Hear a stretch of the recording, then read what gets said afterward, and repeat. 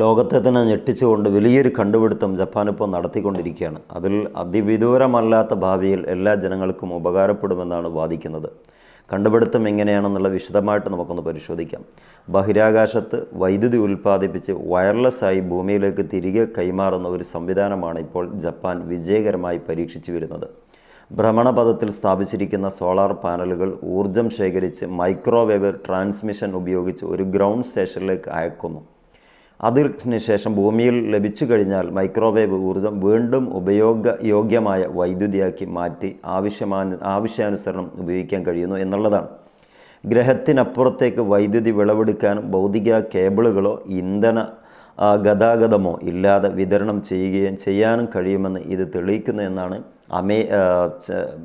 Japan സയൻറ്റിസ്റ്റുകൾ വ്യക്തമാക്കുന്നത്. ഭൂതല സൗരോർജ്ജത്തിൽ നിന്ന് വ്യത്യസ്തമായി കാലാവസ്ഥ മേഘങ്ങൾ അല്ലെങ്കിൽ രാത്രി ചക്രങ്ങൾ ഇല്ലാതെ ബഹിരാകാശ അധിഷ്ഠിത സംവിധാനങ്ങൾക്ക് തുടർച്ചയായി ഊർജം ശേഖരിക്കാൻ കഴിയുമെന്നാണ് ഇതിൽ പ്രധാനമായും അവർ അവകാശപ്പെടുന്നത്.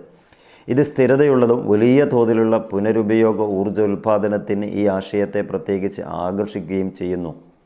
ഭാവിയിലെ ബഹിരാകാശ അധിഷ്ഠിത സോളാർ ഫാമുകളിലേക്കുള്ള ഒരു ആദ്യകാല നിർണായക ചുവടുവയ്പ്പാണ് ഈ പരീക്ഷണമെന്ന് പ്രതിനിധീകരിക്കുന്നുണ്ട്.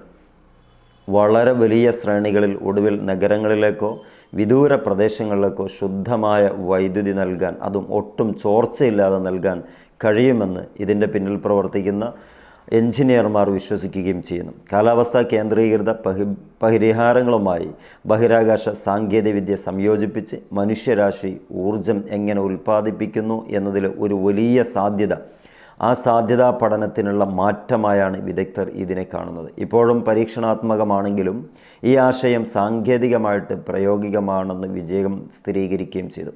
ഇനി 2030 എല്ലാ നാടുകളിലും വളരെ അഥവാ ഒരു യൂണിറ്റിന് 1 പൈസ എന്നുള്ള നിലക്കോ അതിൽ താഴെയോ കൊടുക്കാൻ കഴിയുമെന്നാണ് ജപ്പാൻ അവകാശപ്പെടുന്നത്.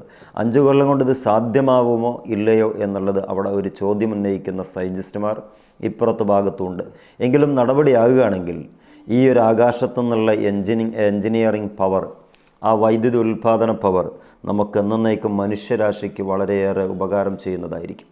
കാത്തിരുന്ന് കാണാം എന്തൊക്കെയാണ് സംഭവിക്കാൻ പോകുന്നത്. കണ്ടുപിടുത്തങ്ങൾ മനുഷ്യരാശിയുടെ ഗുണത്തിന് വേണ്ടിയാകട്ടെ എന്ന് നമുക്കൊക്കെ പ്രാർത്ഥിക്കാം, പ്രത്യാശിക്കാം.